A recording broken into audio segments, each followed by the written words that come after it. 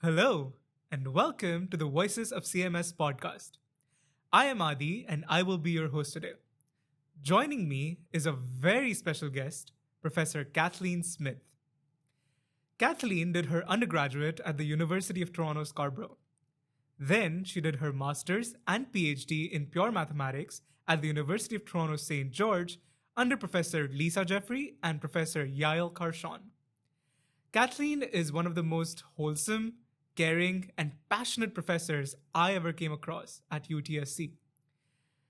She is an inspiration to so many people, and you'll see why. Believe me, her story is one of the most inspiring stories you'll ever hear. Without further ado, let's just jump right in. So let's get started at your early life. I think everyone's inspirations sometimes come from their childhood. What were your inspirations when you were a child? How was life like? I was like one big, gigantic sponge. I wanted to try everything and learn everything. I got involved in art. I found I loved things like watercolor painting and drawing, high realism. I got involved in sports. It's like, oh, this is something different and new. I used to swim. I did for a number of years, 4 or 5 years. I got into figure skating. I figure skated for 7.5 years. I was actually going through, I was an amateur coach, but I was going through the certification to become potentially a professional coach. Just to give examples of, I was a sponge. I just like, oh, there's this. Let me learn about this and let me learn about this. I think what inspired me was just all the new, interesting things I was encountering in life and the learning about myself. Like, oh, I really like doing this, or oh, wow, this is really hard and I don't like doing this. And I guess if I were to try to pinpoint it, it was the journey of growing up or learning about myself and discovering values that were important to me. Interesting. So it seems somehow these childhood experiences have determined your core values. Do you think they are still the same? If so, what are they? I would say those experiences started forming core values. Some of them got stronger, became core. Other things perhaps became less relevant. New things were picked up. I kind of view life as a journey, and we're always learning, and so it's making certain things more foundational and true. And our focuses, however, can change at times. So you'd asked, what are some of those core values now that I'm no longer a spring chicken? I'm getting a little older. No, I'm kidding. Well, we all are getting older. I shouldn't say just me, all of us. For me personally, and there are different reasons which we may elaborate on as to why. For me personally, I want to not be a burden on others. Now, that sounds like a funny thing to start with. I want to be able to sustain sort of myself or take care of myself. I want to be able to, so when I say not be a burden to others, I don't want my existence to negatively impact others. See, other people, strangers, my students, my colleagues, my friends, I want to contribute something positive to them, not something negative. Like, I want to try to make the world a better place, help people. Not only, help other people, but this makes me feel like I have some value as well. So that's probably a more positive or a better way to say wanting to be a burden on people, but being able to take care of myself and add positively to other people's lives. That's a driving force. Perhaps as you ask me some other questions, you'll see why I phrased it as not be a burden, just to start with. Interesting. So, you know what? I'm just going to get to it. Why? Why do you think this is your core value? This was something I stumbled across unexpectedly when I was in my youth. So I described to you before how I was this sponge. I was trying everything. And I mean, I wanted to become really good at everything, but I also wanted to bring others with me. I started having problems when I was younger. Like I mentioned, I figure skated. This involved dance and freestyle and patch. And when I quit, I was working on my double jumps. I had a variety of figure skating coaches. My freestyle coach would yell at me, "What are you doing? You're skating like Farmer Joe. Stretch your legs. Spike when you more height." And I used to say to her, "I don't know what my body's doing. I thought I was stretching my leg. I thought I was doing this. I don't know what." My body wasn't listening to me. I couldn't explain it. I started having problems occasionally with my vision as well. Like in high school, I would take gym. I remember in grade 10, we were doing gymnastics, and I woke up one morning and I had no depth perception. It was the craziest thing. Literally, everything looked like it was on a flat piece of paper in front of me. I couldn't tell where anything was. I was like, I don't think this is normal. But I didn't know what it was. And when I had spoken to my parents or mentioned hey, my body isn't listening to me, I always got you've been sitting in that chair too long. Or I too would dismiss these, what seemed like anomalies or unexplained things about my body. So now suddenly, I had never had this vision problem before. I didn't know what it was.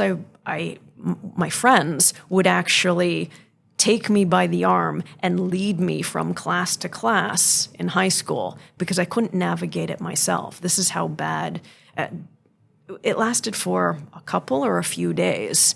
I just had no depth perception. And it went away as quickly and as abruptly as it came on. My gym teacher, again, of course this happened during gymnastics section. I explained to her, and she didn't question. She's like, "That's really weird. Should you maybe go to a doctor?" And I haven't gone to a doctor. I mentioned it to my parents, but she excused me from that portion of the gym section. But I mentioned it to my parents, and they looked at me like I was crazy, and I'm sure they thought I was on drugs or something. Like, no, I don't do anything like that, Mom and Dad. But again, it went away. My dad, he did watch me one of those days. So I was living with my parents at the time. I was 15 years old. I came out of my bedroom, and I was walking down the hallway to head to the washroom to get washed for school that day. And I accidentally walked straight into a wall and knocked myself over. And my dad witnessed the whole thing. My dad steps out of the room where he witnessed this. He's like, "Kid, what the hell are you doing?" He didn't mean that in an angry or a bad way, but what person just walks into a wall and knocks themselves over? And I said to him, last night at dinner when I said to you and Mom, my vision, it's not right. Everything looks as if it's flat in front of me. I said, I didn't see the wall there. I thought it was further away. And that's when it resonated with him. Hey, this wasn't just a little complaint that I was making. There was something maybe more seriously wrong. So then I think my parents started connecting the dots to these. I wasn't the type to complain. I would just make small comments about my body's not listening to me. My legs feel like they're on fire. My vision is this. I can't control that. So they finally took me to the family doctor. So I'm like, all right. So I explained all these different examples of things that had been happening on and off for quite some time. And my family doctor, he said, "Oh, these are growing pains."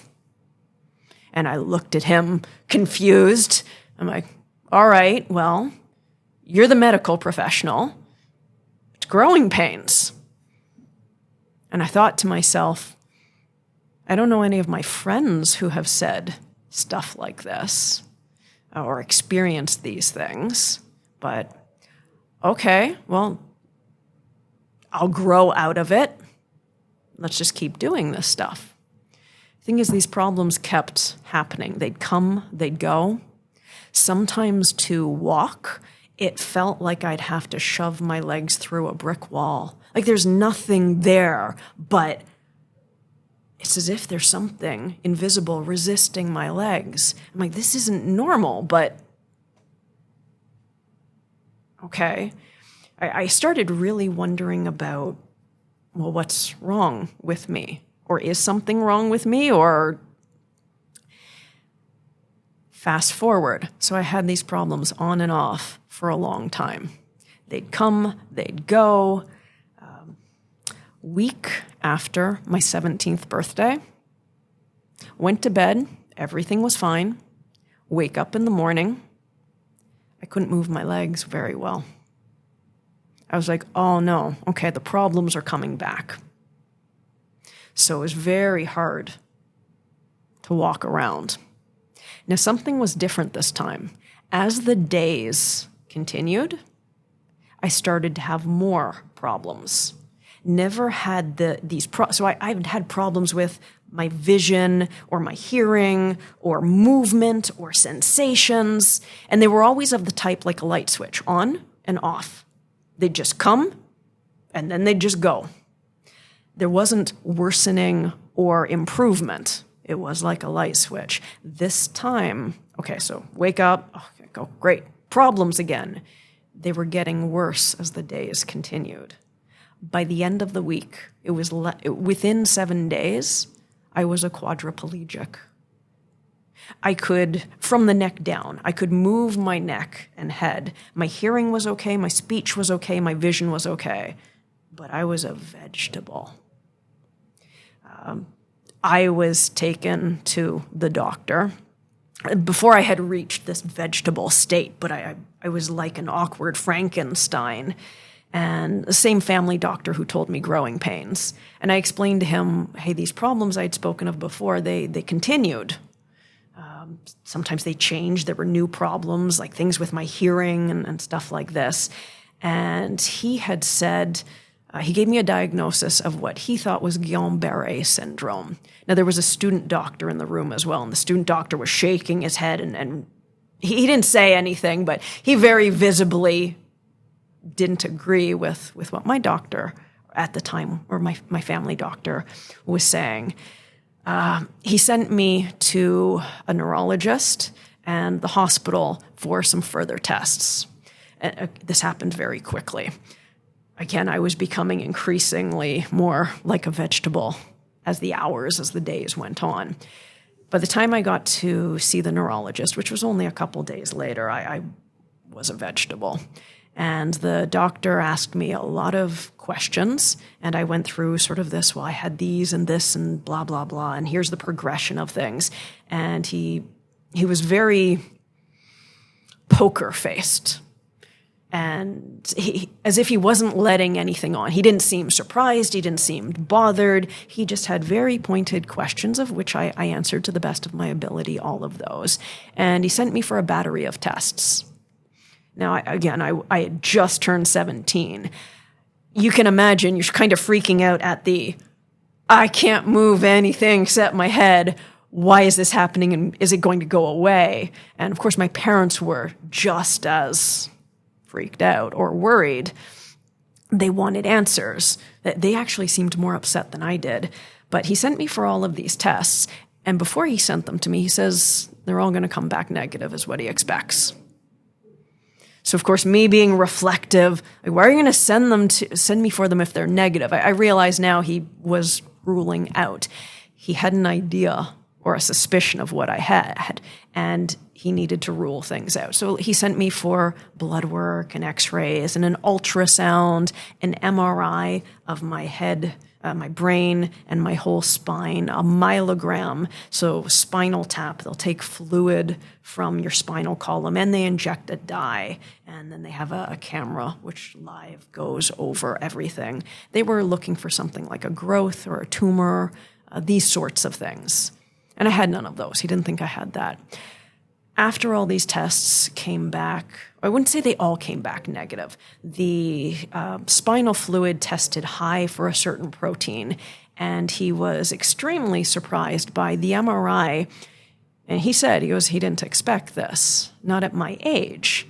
I had high-density lesions throughout my brain, damage to the brain in different spots. And I got to see the MRIs, like these white blotches where they shouldn't be, and then some of these big black blotches and spots where they shouldn't be. He's like, oh, those are called significant deficits, and those are I don't remember the names of the smaller ones.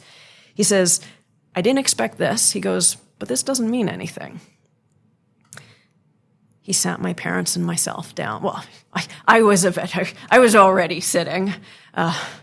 He said to my family, he goes, my clinical diagnosis is she has multiple sclerosis. It's an autoimmune disease. He explained, we don't know what causes this disease. They still don't know what causes this disease. The immune system, to put it simply, gets confused. It starts attacking oneself instead of, like, it's supposed to attack viruses and things like that. But specifically, it attacks the myelin, the coating of all your nerves and the coating of your brain. When this myelin gets destroyed, that's when you start having these varieties of problems. So imagine like a wire. If there's a short in the wire, the message doesn't get through. So that could be complete paralysis. Or maybe part of the message gets through, so you have some functioning. But when it comes to the nerves, that can explain anything from hearing, vision, sensations, mobility, bodily functions, anything and everything this can affect. So he says, this is what she has. She doesn't have all of these. Again, because we don't know what causes it, it's not like we can say, like with a cancer, oh, hey, look, these cells have mutated or this has happened. He says just based on what we see here, and he gave us some advice in his predictions. Now he says, again, we don't know what causes it. We don't know how to cure it. At that time, there were no medications or anything like that out on the market. Now they've made huge advances since I was diagnosed. He did tell my family, says, she's young. In her lifetime, all sorts of new research that can benefit her will be done. There are a good number of medications to help improve the quality of life with people with MS. But he told us about there are different types of MS. He gave us some resources if we wanted to learn more. And not while I was in the room, I got wheeled out of the room, but my parents had told me after the fact. So of course, like, how is this going to progress for her? Like, is she going to get better? I'm very interested. Am I going to get better? Here I am. Or he says, there's so much we don't know. He goes, nobody can tell you how it's going to affect you exactly. It's different for different people. He said, avoid heat, fatigue, stress, and getting sick. These things exacerbate the disease. They'll make things worse. I was wheeled out of the room. He spoke more with my parents. He told my parents that I would be wheelchair-bound for life within 4 years. Like, my parents came, I'm getting a little choked up over this. My parents came out, I remember, and my mom was in tears. My dad, who's not a person to show his emotions, he was upset as well. And here I am, this kid. I was actually somewhat relieved, if you can believe it. When he gave me that diagnosis of MS, I felt like the weight of the world was lifted off my shoulders. It was like, finally, I know what's wrong with me. because for as long as I could remember, I kept having these problems, and it was always sort of brushed off. Oh, it's growing pains, or oh, it's this, or oh, it's that. I found great comfort in, well, now I know the why behind this. That didn't make it an easy thing to accept, but knowing the why for me helped give me strength to find my way forward with this disease. So the MS has dramatically changed my life. We have events in life which alter our projection. The MS was a big thing for me. It took away my the sponge me who loved everything. I can move and I can stand, and the hospital, the MS clinic downtown at St. Michael's Hospital, they view me as a success story. I'm highly functional. I have had more doctors than I can remember tell me. This was a hard path. It was a journey, but it had to begin somewhere. And this would be why when you said what is a defining ambition or driving core value of mine, when I was that quadriplegic and there was no guarantee, nobody in the world would know, would I ever walk again? So here I am lying in this bed. My parents are off at work. And you're thinking to yourself at 17 years old, and you were thinking of just heading to university or something like that, what am I going to do with my life? It forced me in a situation to think of some big questions and try to come up with answers of those very early on. And that's the thing that kept running through my mind as I lay in that bed. I don't want to be a burden on my parents. I don't want them to have to take care of me all the time. Because they had to feed me. They had to clean me, all of this sort of stuff. So that's why I phrased it that way. That's how it originated.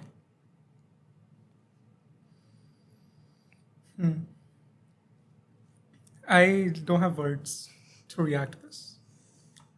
I think the only thing I can say now is sometimes, okay, these are not my words. I just read this in a book once. But sometimes some people do go through an exceptional amount of difficult experiences, but that's just for others around them to learn from.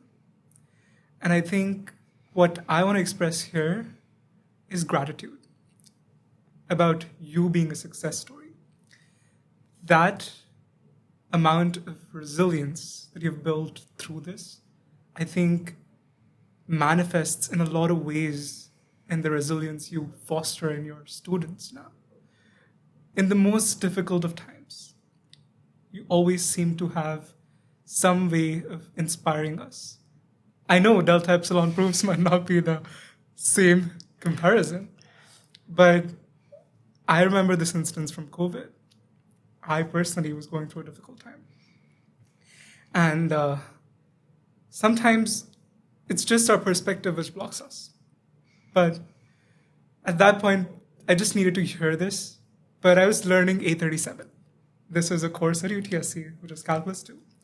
Particularly difficult to a lot of students. So a lot of students do learn about their mathematical inclinations at that point. I had taken 12th grade calculus in India, so this was not very difficult for me. I had learned all of this material before.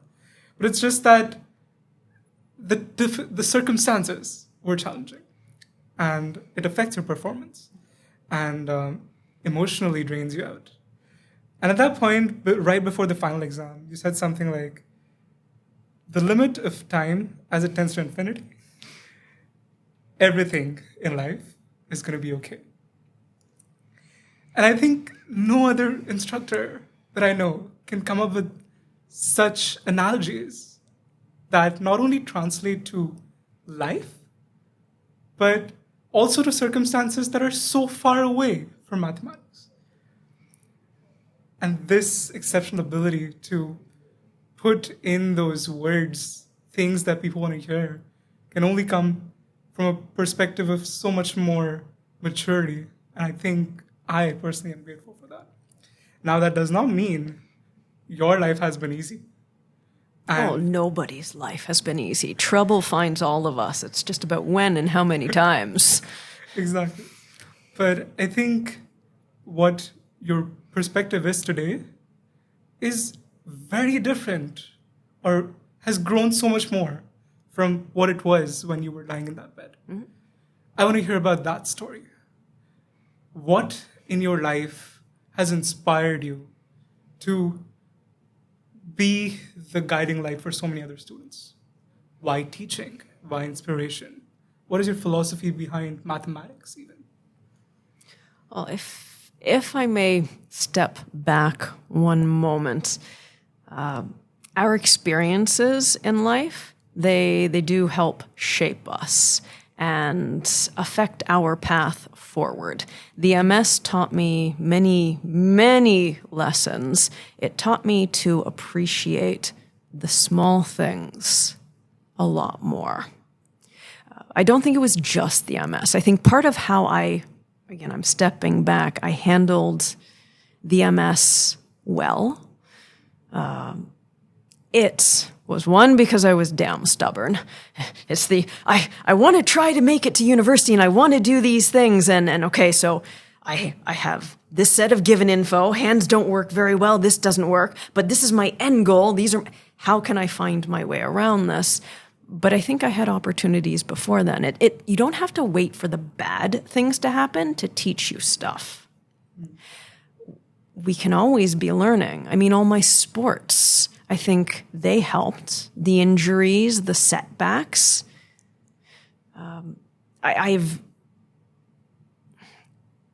You mentioned, so now my inspiration. I don't think I ever try to be an inspiration for people. In fact, I haven't even told very many people until now that I have MS. I don't hide it. I feign normalcy well. If you see me in a classroom or in the hallways, I look like a normal person. I could tell you all sorts of little tells. It's like, look, I can't see where that is. Look at how I grab something, or look at this. But I don't look to be an inspiration to people. I've been told by many people that I am. I think that's more of a consequence of how I choose to try to navigate through life. And in my classrooms, I mean, yes, I'm teaching mathematics, and students will hear me often say, well, math, much like life, or life, much like math. I'm always drawing comparisons of these things. These are what seem like different objects, but we can draw similarities between them. Hey, I'm trying to prove this delta epsilon proof. So I'm given an epsilon. I need to choose a delta. I'm going to have these ingredients, kind of like a puzzle. Like, here's the goal. Here's what I have. Now, how do I put this together? Well, isn't life a lot like that too? When I was lying in that bed and the whole, I think I wiggled a toe. All right, let's see if I can get the leg to twitch, or let me see if I can. I've realized I view everything, whether it be my studies, going through a PhD, how I teach a course, how I'm going to handle my health with the MS, I see common features there. The idea of, yes, there are going to be troubles. Yes, I will have some things that work for my favor. I know what I can do or can't do in a given time. What's important to me, let me try to find a way to get there. And I think by exhibiting sometimes thought processes or drawing analogies, this allows my students and people to relate. As you said, here I said something which was related to the mathematics, but I've somehow been able to connect with you, hopefully with others, to be able to draw a perspective to perhaps help them in some capacity move forward or cope with things. I'm really happy to hear that you found that inspirational. And I'm happy if I can be an inspiration to others. I hope that, if nothing else, I can be a lesson to others. But like in a math classroom, yes, I'm teaching you mathematics. And when I first had those thoughts of, hey, maybe I want to be a math prof, I naively thought, okay, I'm going to help people with how to integrate this, or how to calculate the Galois group of that, or residue calculus, what contour to pick. When I started learning or reaching that chapter of my life, I realized being an educator was so much more. You're not just helping people with the subject, but I view it as my responsibility to try to help people learn more globally, learn about themselves, learn about how to find what inspires them, what excites them, help them learn how to become more resilient, more successful, how to manage. So I said, trouble finds us all. It does. We aren't in control of that. There will be bad things that happen. There'll be hard things that happen. But I think the thing we're in control of, or somewhat in control of, is the takeaway from those experiences. Because I think of it this way. What good would I do myself, or what good would I do to others if I just sat there with oh, woe is me. This is too hard. I give up. Oh, I can't do this. Oh no, that's scary. I better not try it. Wouldn't that leave me stationary? Would that help me reach a goal that I might have, or an ambition that I might have? Would that fulfill me? So, math, school, I find everything is giving us opportunities to learn and build that resilience. And so I think part of just my philosophy and how I handle things, that's maybe what inspires, but I don't know. But you asked a lot of things there, and I kind of jumped all over the place. I don't know if you want to refocus, or you spoke about or asked. I think I've just come off many hours of teaching, so drink a little more. No worries. I think, I that was a dense question, but I think I'll break it into parts so that even it's more conducive to the listeners to keep track. Let's first tackle your learning phase. Things that you experienced, stories that probably you call something like an inflection point. Things that affected how you changed your perspective, your life. So in your undergraduate to PhD sort of time span, what were such inflection points, things that you would like to highlight? Well, the first inflection point I went into detail about was the MS, because that hit me right near the end of my high school. I had been fast tracking, so it didn't set me back from high school, but university, I was still learning to walk and move at this time. That impacted what do I do now? Because, of course, all your friends, they're like, oh, they're going off to colleges, they're going off to universities, you're applying to these things. And my focus was, can I stand up and can I walk? I didn't want to give up on going to university. That was the original plan. I thought that was a valuable plan to have. But knowing my new restrictions and limitations, and not knowing what the future would hold, I only applied to UTSC, one university, and Scarbrough campus. So I'm homegrown. I'm kind of a fossil here. That was because it was close to my parents' home. Again, I couldn't walk very well, let alone get on a bus and get to school. So I got accepted at UTSC. Now, the other thing I was thinking of is, so I said I didn't want to be a burden on people. What sort of profession, if I could have one, would allow me to be sustainable? And my father was a teacher. He taught grades 6, 7, 8. Science was his thing, but he'd teach other core topics, English, math sometimes. In my limited knowledge or perspective at that time, I thought, well, teaching might be something I could do. I noticed there was some flexibility in terms of, okay, my dad would have the summers where he wasn't teaching. And I thought of that summer that I spent doing a lot of work with okay, I can sit up now, or this sort of thing. So this was my naive thinking. So I came to UTSC, I got accepted. They had, at that point, it was called the Early Teacher Project. There's a different program now that can get you into teaching. But in what?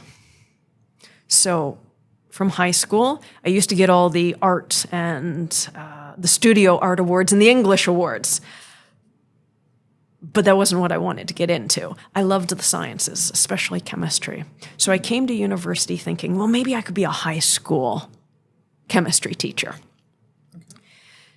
CMS, this department, didn't exist back then. We were part of a physical science department. The first year, you had some core courses. Everybody had to do calculus. Everybody had to do linear algebra. Everybody had to do some computer programming. Back then, everybody had to do physics. Here I was going through university thinking, okay, I'm going to be a chemistry specialist. I'll do this. But it was experiences along the way that led me down this trajectory. By the end of my first year, I fell into a mathematical ditch and I just never got out. Of all my first year courses, math, I liked math. It seemed like a puzzle to me in high school, but if you went to a 17-year-old me and said, you're going to be a math prof one day, I would have told you that you are absolutely crazy. Like, this is madness. By the end of my first year, when I was studying for my final exams, so before I'm applying into a program, I thought to myself, you know what? I like math the best of all the subjects that I'm doing. It painted pictures in my head. It wasn't memorize this, see this, do this. I could see it's like there were these foundational roots from which everything followed. And this was sort of mind-blowing to me. I found grade school, I found all of that easy, but I could remember all it. So something like this hadn't struck me before. So maybe math is my thing. But then I paused for a moment more before I was enrolling in a subject post, and I thought, I don't want to teach chemistry at the high school level. If I want to teach math, I want to teach like this stuff. And then the realization, oh crap, that's a whole lot of school I have to do. So that's really what started, or why I describe it as I fell into a mathematical ditch. I had many opportunities which sort of gave me that pat on the back, yes, you've made the right choice, as I progressed through my undergraduate. That's like, this is a good fit for you. This works for you. Keep going. That's not to say I didn't have all sorts of problems, both subject-wise and life. It happens.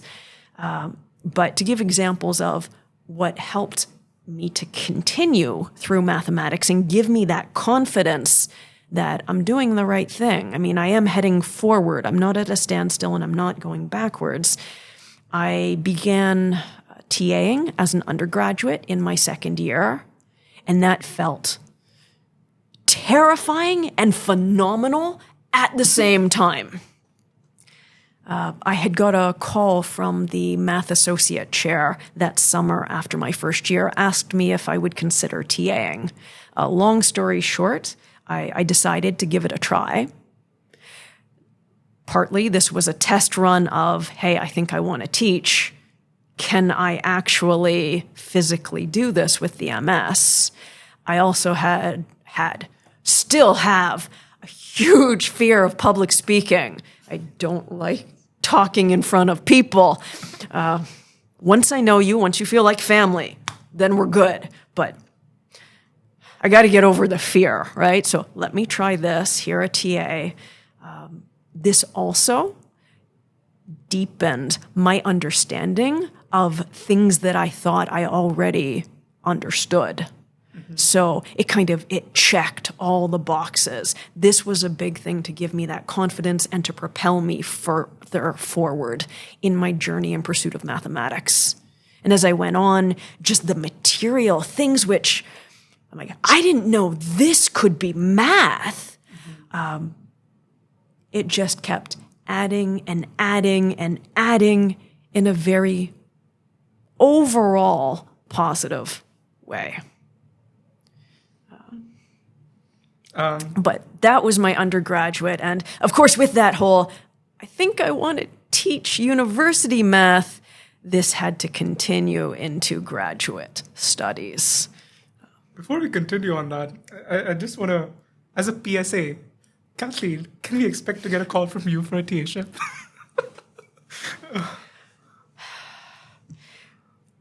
I am the math hiring coordinator for, so I hire all the math tutorials and math grader positions. I will say, don't expect a phone call from me. Back then, it was a much smaller campus. Like I said, the Department of Computer and Mathematical Sciences didn't even exist at that point. Right. With the growing of the size of the campus and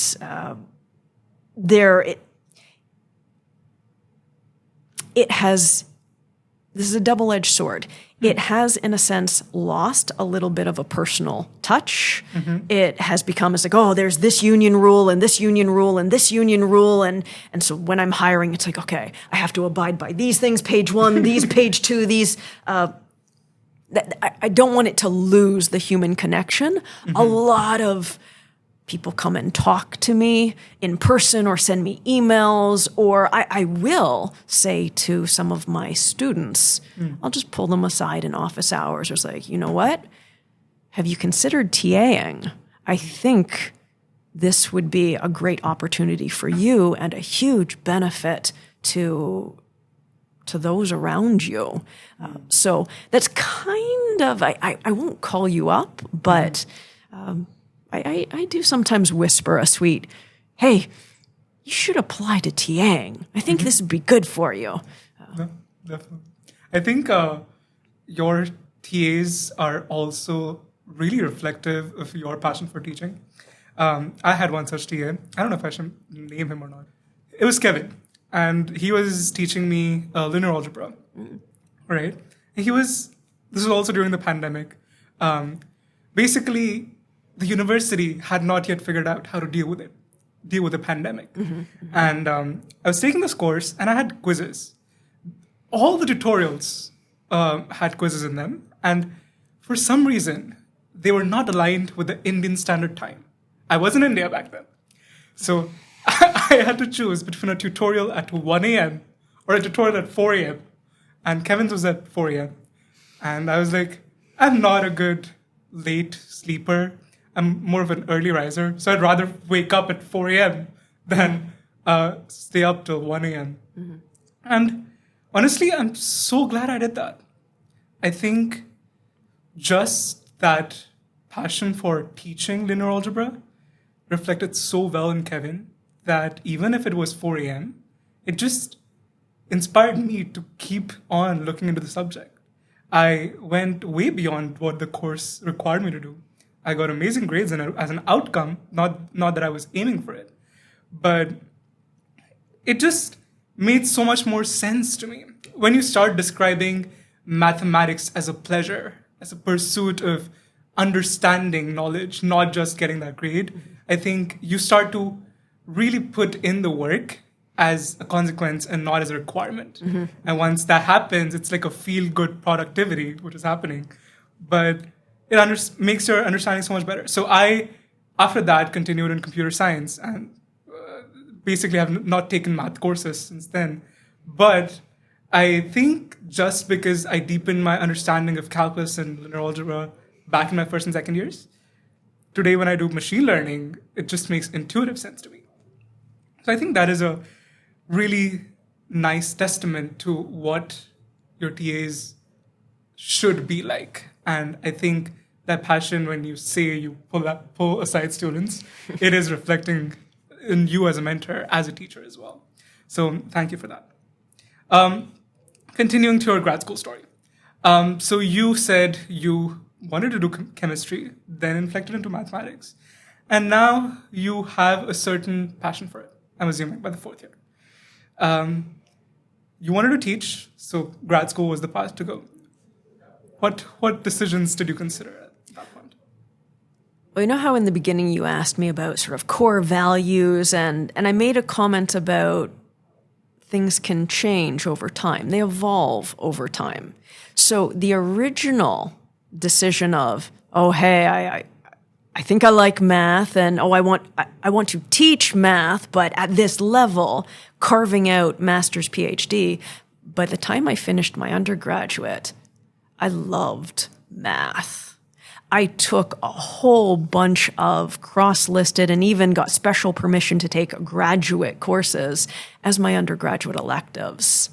I got very excited about certain areas of mathematics. And there were areas of mathematics that didn't like me as much as I liked it. But at that point, the graduate studies, going into them, was no longer just I want to teach. It was clear to me I want to be in academia, but I wanted to discover, learn, and maybe create my own mathematics too. I wasn't closing the doors on what options may lie ahead of me at that point. But graduate school, no doubt about that. But not everything is always positive. Applying to graduate school. So this is a big deal. And again, you're put in this position where, what school should I apply to?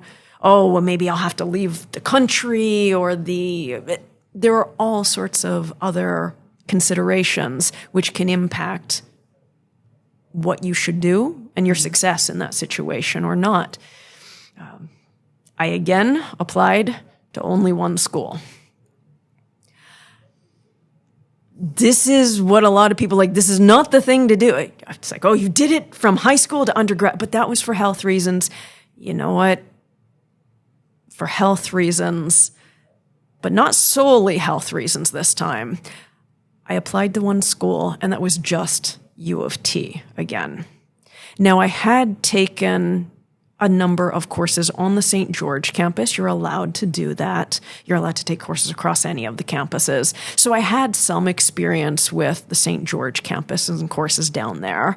I was excited by, they've got graduate courses and I can go to this seminar or this talk. Now we have all sorts of these things out here as well, which we didn't have back then. Although at this point I could walk and I could move, I wasn't trouble-free. With the MS, problems come and they go. They don't happen like a light switch anymore, on and off. I can wake up, or all of a sudden I can have a problem and it can get worse or better, but I can manage it a little better. It's just not as black and white. So it's like, oh, this is coming, or this is going to happen. Oh, let's not make this worse. Although I had more familiarity with this changing bar, that was my health, because it's not the same problem the same time all the time. Life would be too easy that way. I didn't have the confidence that I'm going to have this high functioning level indefinitely. Because I was getting a lot of advice from some of the professors that had taught me with okay, you're going to graduate school, you should be exposed to different minds. Like, go to a different university. Don't stay homegrown, which is sound advice and good. But with life, with anything, it's not a one shoe fits all thing. I could appreciate, and I did like this advice that they were giving me, but I thought, what if I have a really bad attack? What if I'm a quadriplegic again? If I'm in another country, what happens? The other thing health-related at that time, they now had a medication, a first medication that was approved in Canada, Rebif. It's beta interferon. One's immune system has 3 types of interferon, a beta, a gamma, and an alpha interferon. They did clinical studies on all of these things. The alpha interferon for people who have the type of MS called remitting relapsing, which is what I have, it lengthens the time between attacks or exacerbations, and it had clinical studies of showing it lessens the severity of an attack. I had been on a double-blinded study for this medication for 3 years. In the last 2 years, we were all guaranteed to be getting, so they eliminated the placebo. We were guaranteed to be getting the drug. So it had just become approved in Canada. So I still take this medication. I have to give myself 3 subcutaneous injections a week. I feel a bit like a pincushion. I'm like a mathematician and a pincushion, and I look after a fuzzy little friendly dog. But other story. This medication wasn't available in all countries. So again, I was highly functional. I thought, is it thanks to the drug? I don't want to go somewhere else, cut myself, or could I get this medication? Would it be allowed? So this was part of why just UofT, but I said it wasn't exclusively it. I wasn't sure what fields I wanted to get into. I said math excited me, and I described there were some parts of mathematics that didn't like me as much as I liked it. I knew I was like an algebra topology type of girl. We just connected. It made sense.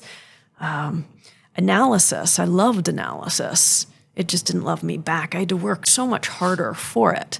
So again, thinking of, okay, I'm going to do a master's, I'm going to do a PhD. Down the road with the PhD, I'm going to have to specialize. But what field? Mm-hmm. U of T, I didn't do extensive research, but with other universities, I knew they had Maine people in all sorts of the areas of mathematics. So it's like, I'm not limiting my choices, is what I thought. So I went into graduate studies. I will share a lot of people, professors, who had given me very good advice and mentorship throughout my undergraduate. When I went to graduate studies, I did something contrary to what they advised me to do. So I told you again how I took a bunch of graduate courses in my undergraduate. I even got permission to take some of the PhD qualifying courses in my undergraduate.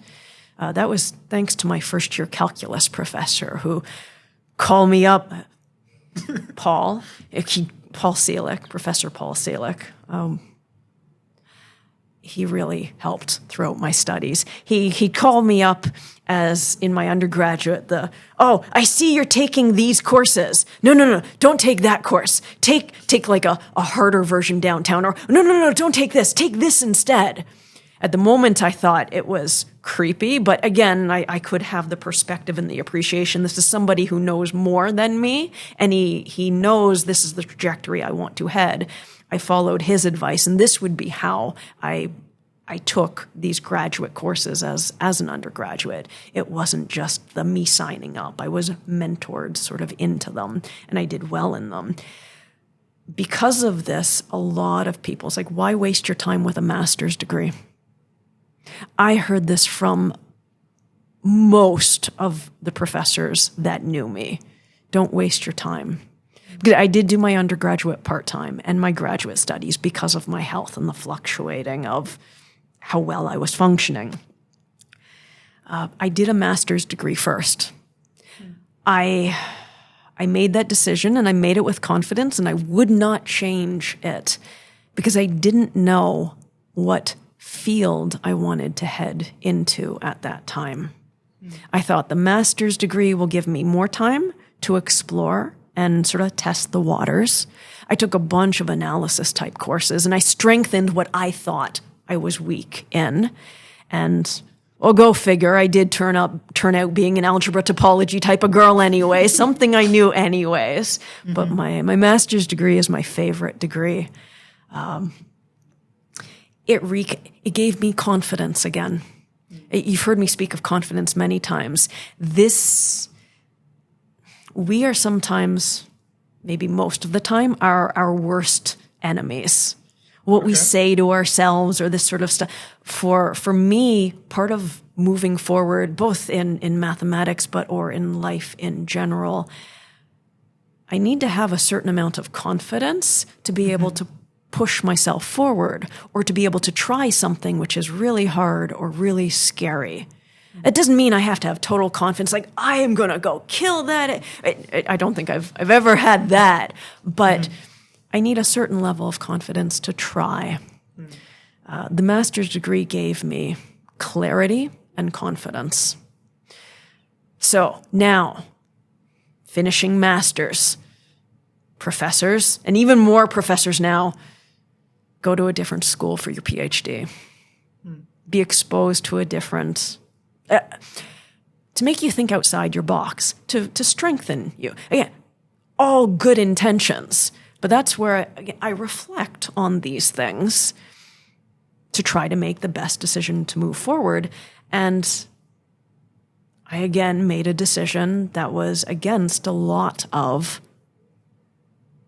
what people's opinions that they were expressing or advice that they were giving me. I went into the PhD at UofT. I didn't change. But here's the thing. I thought to myself, why don't other people see this? Isn't this like 2 + 2 is 4? I know algebra topology is my type of thing. I spoke with a bunch of professors in terms of advice on how do you approach somebody to potentially be your PhD supervisor. And everybody has their 2 cents and their experiences to offer up. And one thing that a now retired professor, Professor Mendelsohn, Eric Mendelsohn, he said to me, he goes, you want compatibility with your PhD supervisor. Okay. So you've got to be able to work with your supervisor. You're going to be seeing a whole lot of them like every week. And a common theme amongst all the advice I got is you can't hate what you're doing because you're going to be spending... The School of Graduate Studies says 4 years. It can often be more than 4 years with this topic. So I went and I met with various professors because I'm thinking, at this point, I'm thinking, okay, health-wise, I want to stay at UofT. When I realized, or after this advice, the compatibility with supervisors. So for my master's research project, I worked with Lisa Jeffery. She gave me a lot of freedom to discover and work or learn about what I wanted. She does symplectic geometry and topology, which lots of topology, lots of algebra. I focused on a famous finite dimensional convexity theorem in my master's project with her. I thought, okay, you know what? Let me, I know I work well with her, and she knows me from my undergraduate, and this does have things that I like. Let me go into the field of symplectic geometry and symplectic topology. And now the 2 + 2 = 4. In UofT St. George campus, we have 3 of the top 10 people in the world in symplectic geometry and topology downtown. So I thought, wait a minute, this is a no-brainer. I've got 3 of the best minds in the world right here in our own backyard. I'm going to just go to UofT. And I asked Lisa to be my supervisor. But I will say, again, it wasn't, I make things sometimes sound easy. We always have challenges and we never know sometimes from where these are coming. My passion mathematically at that time, like what really sparked my interest and I was excited about was tropical geometry and tropical topology. This was viewed as a sort of a new area of mathematics that was connecting seemingly or forming connections between areas of mathematics that weren't previously seen. I'm not doing any justice to tropical geometry. That, I can't believe we're recording this. Lisa, don't listen. No. I liked that material better than this. And we had one of the 4 founding fathers of tropical geometry at UofT downtown, Grigory Mikhalkin. I came down to deciding between these two. And maybe, I would say if you're lucky, in your studies as an undergraduate or at any point when you sometimes meet an educator or a teacher. For whatever reasons, things resonate with them. It's like, oh, I wasn't thinking of taking that course, but they're teaching it. Let me sign up. Or it's well, maybe this person will teach this course next year. I can juggle my skill. I've heard many people, and I'm one of them, that when Grigory would teach a course, I would sign. I discovered his courses when I took my master's. Both of these, Lisa and Grisha, they both said we'd be happy to take you as a PhD student. I went with Lisa because I knew I worked very well with her. And I had received from the graduate chair, because I asked them about advice in picking a supervisor, she had said Grisha would probably not be spending the rest of my duration as a PhD student at U of T.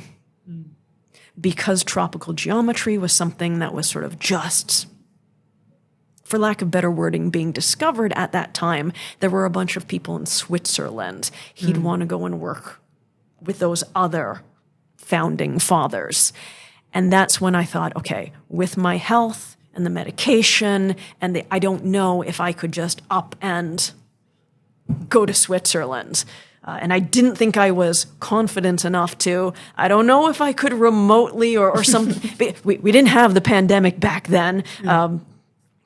Maybe I'd feel more comfortable if I did it all again now. This is what led me to, happily led me to the field of symplectic geometry and topology, and Lisa and Yael Karshon jointly co-supervised me. Interesting fact, which I didn't know at the beginning of this mountain. So I said, Lisa gave me a lot of freedom to focus on and explore in my master's research project with her. And I focused on this convexity theorem.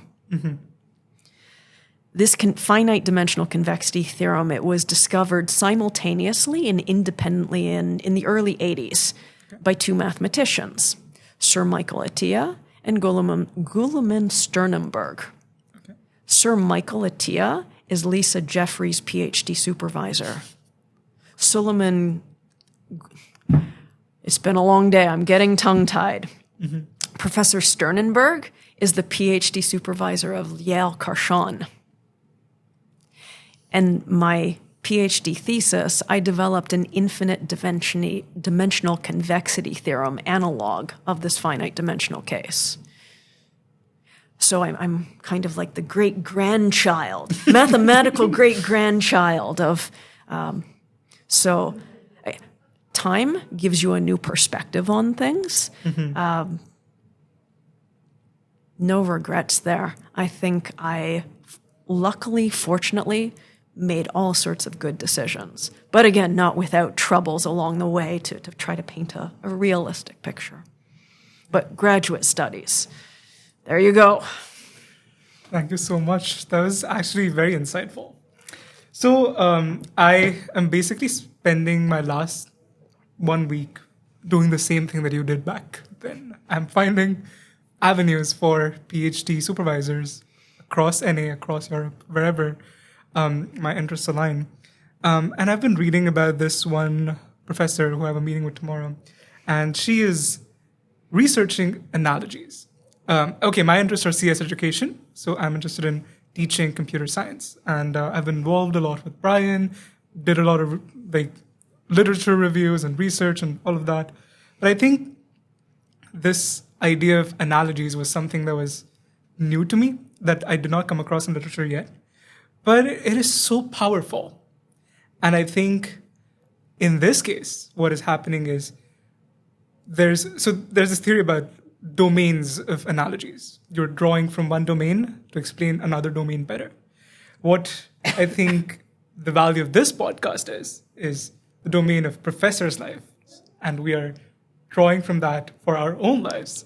So honestly, the ideas are resonating really well with what I've experienced till now in my 4 years of undergrad at UofT, and I think I will experience in the coming future. So I think this is already so much material that is insightful and valuable to me personally.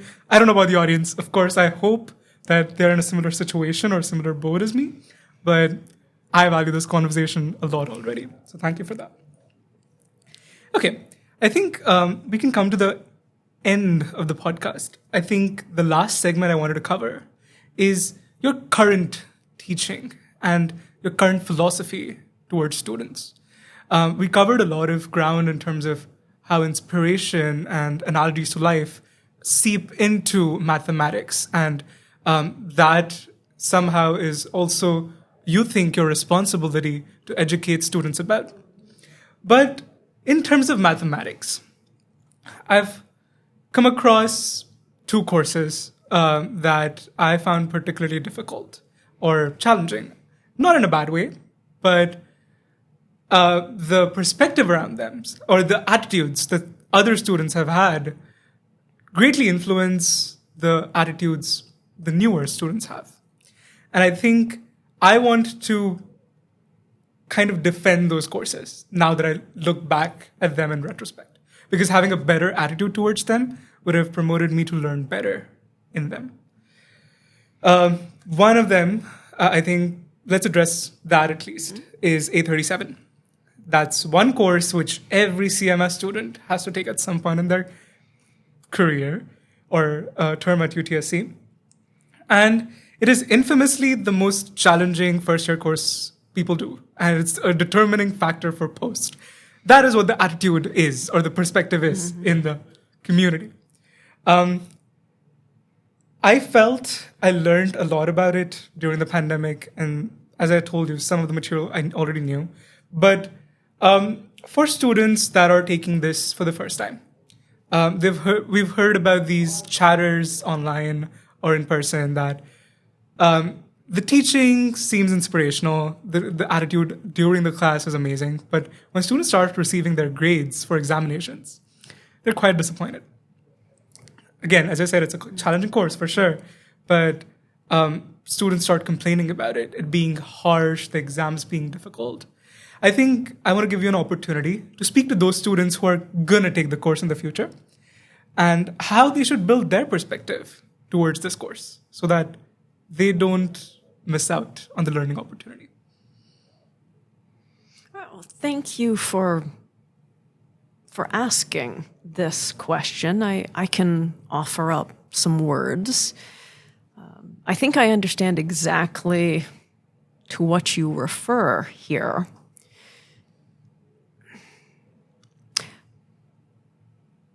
I would say students should keep an open mind. There is a lot of feedback on the internet. If you talk to senior students, you talk to others, exactly all the things that you said. People get disappointed when they're getting their weekly evaluations back or their midterm, and then feel negative feelings of frustration or disappointment, maybe even anger, maybe all of the above in different combinations or waves. These are common feelings that happen with this course. I'll say that happen with any course. But the pressure, there's more pressure, I find, on A37. Because I think you said it as well. It's one of the basket courses. It's one of the courses that will get you in to a CMS post. So you come into that course already with this self-imposed pressure, I would say, of I have to do well, I have to do well. And you've done your homework probably, or people, incoming students they've put their ear to the vine and, I've read this on Reddit, I've read this on rateyourprofessors.com, I've heard this. So you're not coming in blindly. You've done your due diligence and you've surveyed the environment. And it's like, all right, so now you have I know I have to do well in this. I've heard this. I want to try to be prepared.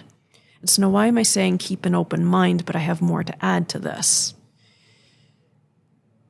When you are told something that doesn't necessarily paint a full and accurate picture, A37 is a challenging course. I'm not the type who's going to lie to you or sugarcoat it. I will call things the way that they are.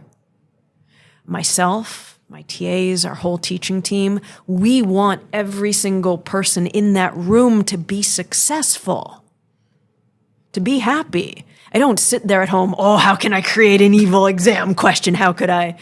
Yeah, the profs, exam creating part. I'm kidding.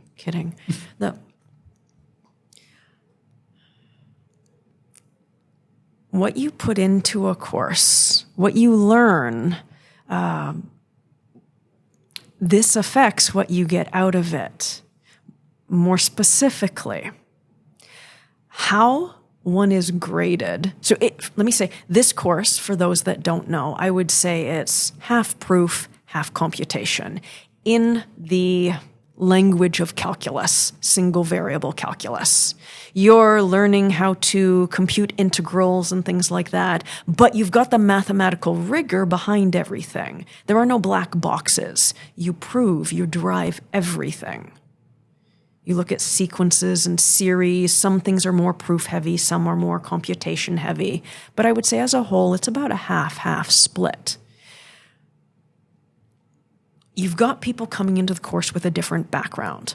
Some know more than others, but we teach the course from a certain ground level up. We don't assume, we assume you know the prerequisite material.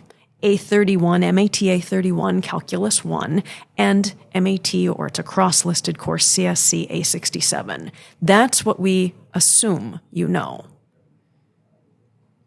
But that also means we realize that doesn't mean you're perfect masters of them as well. You're supposed to have those foundations. We build on that. And from day one, like when I teach, I tell a story. I don't just stand there in front of you going, this because of this, this because of this, this because of this. I communicate from day one, and I have my TAs, my teaching team also help communicate this. What are the learning objectives? What are the expectations? Like, what's the bar that you have to reach to be successful in this course? From fine-tuned grading-wise to what do you need to be capable of in terms of your abstract problem-solving skills, we are repeatedly, verbally saying this and in lectures and tutorials, office hours, in the examples that we are presenting or discussing, in the homeworks that I create, in the tests, the midterm and the final. So we want a clear message of level of expectation. Listen carefully to that. So we care very little about the final answer. That is something I find from many high schools is different than the expectation in university. Like I remember being in high school, I got the right answer. Perfect. Right answer is worth like maybe a mark. It's the how you get there. We're trying to, again, in my opinion with this course, it's the abstract problem-solving skills and being able to rigorously defend or prove, justify your argument. These are what are transferable to all sorts of other scientific areas. Math, it's my forte now, not English. So in the very first lecture, after I go through the course administrative stuff, I'm saying words of advice of how to do well in this course. And in the back of my mind, I know the things that are said on Reddit or on Rate Your Professor. We get anonymous feedback. One thing I find interesting, the anonymous feedback on the course evaluations, it doesn't have the comments about this is like the marks and the grading. And so why the striking difference when I say we communicate through multiple capacities what we expect and how we're going to grade you. And it's the same evaluation on the weekly assignments as we do on a midterm and on the final exam. It wouldn't be fair if we changed the bar. In day one lecture, I emphasize we care very little about the final answer. We're trying to prove very simple statements. I'm reminding people of some of their first term prerequisite stuff. This is a conditional statement. What does a direct proof of a conditional statement look like? Yes, you know this from your first order logic in A67, but I'm reminding you of this in terms of how to apply it to this calculus material. And so I'm talking about the importance of connectives between, say, this mathematical statement and the next mathematical statement, and the justification. So you don't have any jumps in logic where you might have mistakes that are introduced there. So it's like, look, we have this because of this definition, and this equals this because of, again, enter another mathematical tool we have on our tool belt. And so this starts from day one, and I continue this throughout the course. So there are certain topics where I know people, they like to, I don't want to say lazy, but there are certain things they like to start skipping. But you can't skip the hypotheses and just access the conclusion of a theorem. That would be like, oh, I'm going to jump in that car and go drive away. Oh, wait, you forgot it doesn't have an engine in it. You need hypothesis. So when there are certain topics in our course where I know what the student tendency is, because I've had a chance to TA this course since my undergraduate days, to try to, again, we're always trying to communicate so that students don't lose those marks. Remember, before you can access the consequence, this follows, it's guaranteed, provided this happens, check these. If you don't check these, like if there happened to be an 8-mark question on a midterm and you just do all of this, you're losing half the marks. So trying to also give concrete examples of where they'll lose marks, or oh, hey, don't make this careless mistake. It's mathematically, it's wrong if you say this, and you'll get a 1-mark penalty.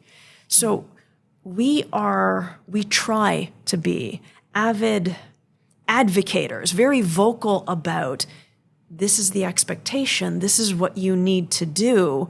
You'll lose marks if you don't have these things. But I do find, especially in a first-year course, where you're learning not only about so much rich area of academics, but you're learning so much about yourself and life, and we could have a whole other podcast on that. You can't absorb all this good information that's being given to you. Like some bounces off. That's why I say I have multiple capacities where you've got this, tap, tap, tap, don't forget this. Hey, fully justify your answer, tap, to check the hypothesis.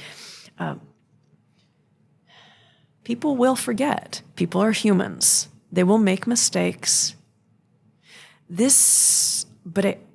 Again, we want you to be successful.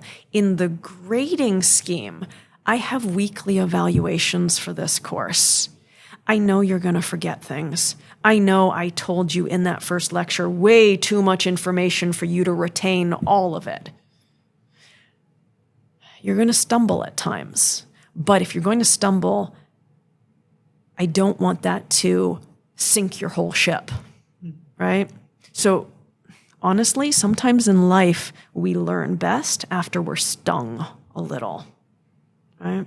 So I would say what I usually find, these first 2 assignments or quizzes that come back, students are usually quite upset and don't feel happy from a variety. Like I said, they're sad or they're angry, they're frustrated.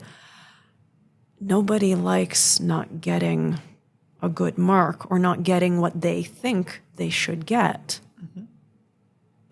But let's have that conversation. So in those first couple evaluations that come back, I have a lot of students that either want one-on-one appointments with me. We have them in person or we have them in Zoom, or they come in office hours. They catch me around the campus. Like I think it's very important to have that personal touch. And I want people to come and talk to me, if there's a problem or a concern or whether they're happy. I want that line of communication because we can make this better for all of us with that.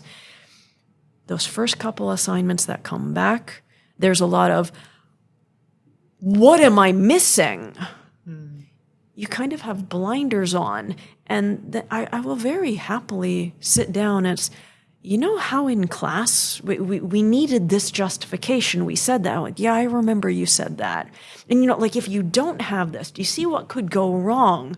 Oh, well, I didn't think of that. And just friendly sort of repeating, sometimes in different words or with analogies, to try to connect with that individual so that they can see, oh, I do. Yes, you did say that. And I get why if people can understand it, if you can have that personal touch, you remember it better. And then when you sort of internalize it, like, I know why I need that. Even if it's I don't want to lose marks and I know I'll lose marks if I do that. By the middle of the course, these sorts of comments or the reputation, people are clear on what the bar is, what they have to do. Those voices that you hear or that you mentioned about so strict with this, and those, a lot have been silenced. So when I said keep an open mind, it is good to survey your environment, to get more information, but you're in control of how you use that information. And that's not to say, once I've learned this, I always have it right. Life, math, give us a way to say, there's more to learn. Or, you forgot that, you have the opportunity to learn it again. This is something that I find happens with A37. Makes sense. If I offer up some of my perspective with that, it is most certainly we're not trying to hurt people. We want people to be successful. And to be honest with you, when students are, to me, every math class, this is like my newfound family. It feels like family. We're going to have some hate moments where you it's like, damn you, Kathleen, and we can, like with a family, you can have hate, you can have love, you can have frustration, it's like we're going through this together, I'm going to try this again. I don't want anybody to feel badly. When I've had students that have come and they cry in my office, and then I start crying, and or students in frustration. I want this open communication. I've received emails, or I've had students tell me things that they've honestly felt. I'm not going to cite specific examples, but it's really, I'm human too, where it's bothered me. Like, as in, I won't sleep that night. It will bother me all week. Some of the things that people have told me have made me cry. I'm a very reflective person. I want to take, I want a communication, because you don't have, I am learning like everybody else. And with so I've taught A37 many, many times, probably 20 plus times, if not more. I'm starting to get the hang of this calculus thing. I borrowed that from Ray. He jokes. I like that joke of his. It's not the same every semester. It's different with a different group of people. Mm. We find our ways through this together. I spoke of the takeaway. Learn from those things that didn't go the way that you wanted them to. Have that conversation with me, the TAs, we will get through this together. You don't have to keep losing marks for those things. There are always people in A37 that get phenomenal grades. That's no thanks to me. That what they have put into that course is what they've got out of it. It's a hard course with all the proofs and the rigor. And nobody has this mastered the first, second, or 70th time you're doing a proof. You're always learning a little bit more. You're fine-tuning your skills. So A37 gives you many opportunities. But you can do very well. Thank you for clarifying that. No, I think that analogy of family, it's so true. I think this is the first course you encounter this in. But university, there's this thing, people say, you learn university. You know, how to navigate through university. Kind of like a game. Exactly. I find first year, it was my it was my worst year grade-wise. The material was the easiest, but there were so many other things I was learning about myself. And what do you mean there's a midterm the night of? I had classes all day. Don't you put those in a separate week? Exactly. I did better every single year in my university, but the material was getting harder. Like you were saying, I describe it as you learn how to play the game better. Mm-hmm. Exactly. Yeah, I totally agree with what you were saying. 100%. And then recently, I learned that in relationships as well, particularly, repressing things at start really comes back at a later future point. So that communication of feelings, emotions, sensations to the team which can do something about it, the teaching team, is something you realize much later. I think being vocal on the internet or Discord groups or where anonymity is offered is very easy. But sometimes it doesn't resolve your problems. In a way, you are not suppressing or repressing your feelings, but the communication is not effective in that sense. You don't have the two-way back and forth. Exactly. If you have a heated disagreement with your friend or your parents, this can be resolved with, there's kind of, a passion and a heated part, and then it comes down and you come to a compromise or a resolution. Exactly.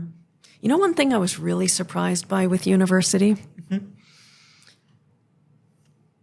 I never expected it to have me feel the emotions that I did. I knew things that excited me and that I liked and that really upset me through my sports, my art, the MS, when I was learning about deltas and epsilons, the by definition proof that this or that this limit exists. I hated those things. They got me so frustrated. I would even say at times I hated them. I never expected to have such real and strong emotions about what I was learning. I had those feelings about basketball, or I had those the Raptors won the NBA, and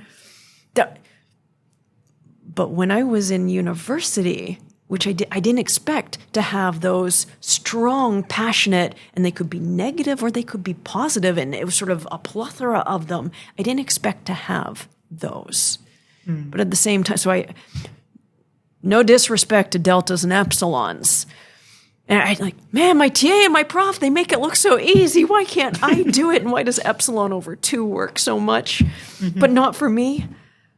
When I finally started understanding those, we spoke about like when you have a confrontation there's sort of an escalation and then a de-escalation as you come through that resolvement, whatever that might look like.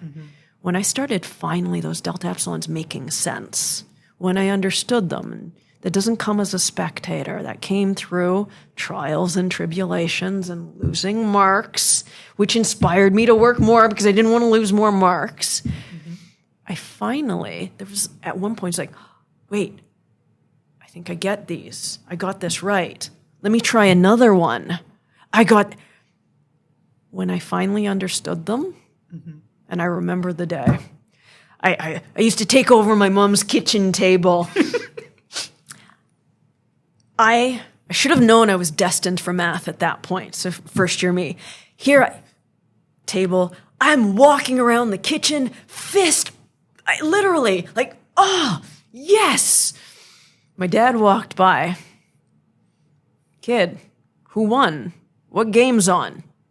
I looked at him. Oh, no, I'm just doing my homework. I'm doing my math homework. He again looked at me like I was on drugs or something. I didn't expect that from university, but it's evidence of you're going to be, how do you get better? How do you get stronger? How do you develop resilience or find what you want to do and what you don't want to do or what likes or dislikes you? It's by stretching those boundaries. If everything was easy or simple, what value would we feel from that, and how would we grow or get better? But challenge is essential. Lesson taken. But okay, this has been a particularly long conversation, but it has been really, really valuable. I again want to thank you for all that you've shared today. And I want to give you one last opportunity to share 3 things that someone should take away from today. 3 things.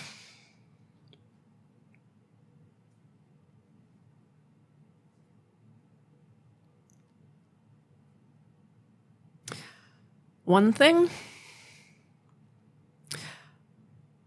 troubles will find you in multiple capacities, academically, in many other aspects of life.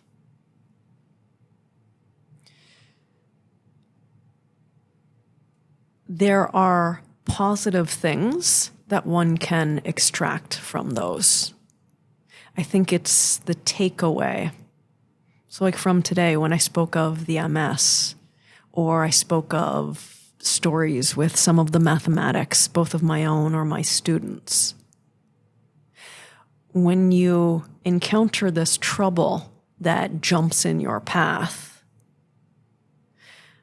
try to reflect and get something positive from that experience. One, so it doesn't repeat again, but that's building you as a person in multiple capacities. Not just academically making you stronger, but maybe that's helping define your core values. Maybe that's helping make clear to you what your future could be. I like to think of a diamond, this gem, this very valuable gem. It's made under extreme duress and pressure, a lot of negativity. There is good that can be extracted, good things that can be learned from the troubles that find us, gives us growth. So that's one thing. I hope today has given some stories of how that's happened to me, and maybe you can relate to some of these or do better from what I've done. Second, we both spoke of family. You're not alone. Maybe you're in a moment of trouble, or maybe you're in a moment of, hey, I really get this. My classes, I really do think of them as family. I would go to war for these people. You're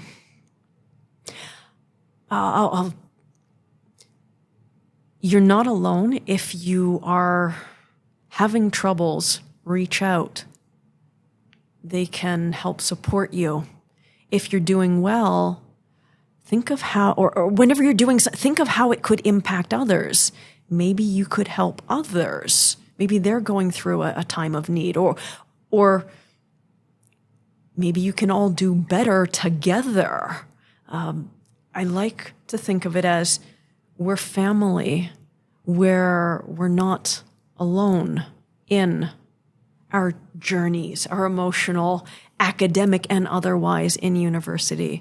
So I was going to share with I really do think of my classes as families, even when they'll say, or maybe people will say things that hurt me as a person, even if I don't show it.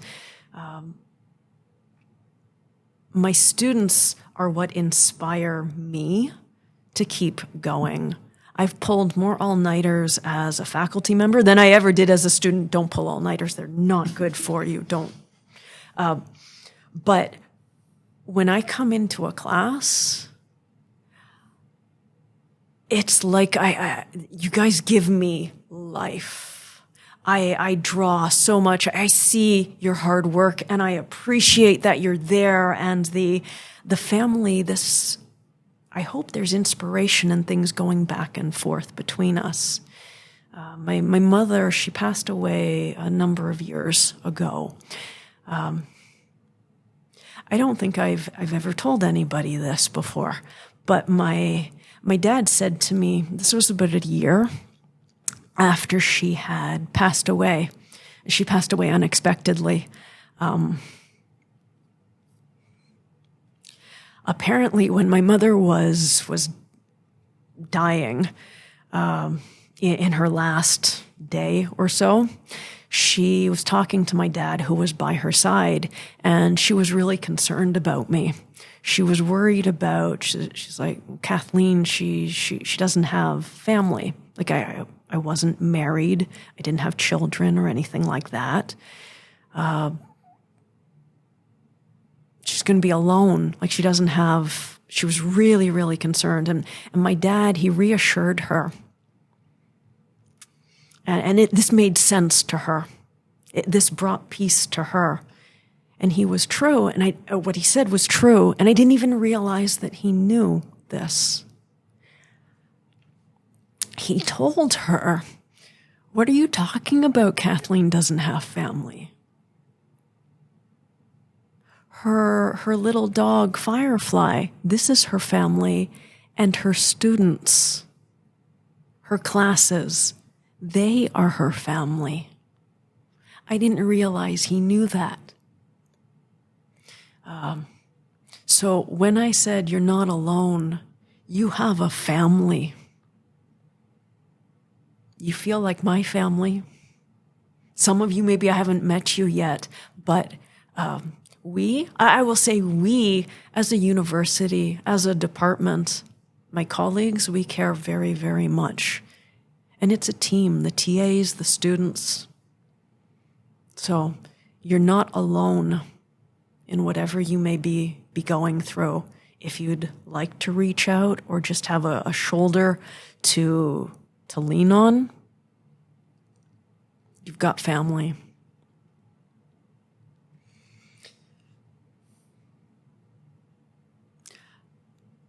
I think both of those are kind of powerful. How about I leave it at 2 instead of 3 things? Because I don't want to lessen.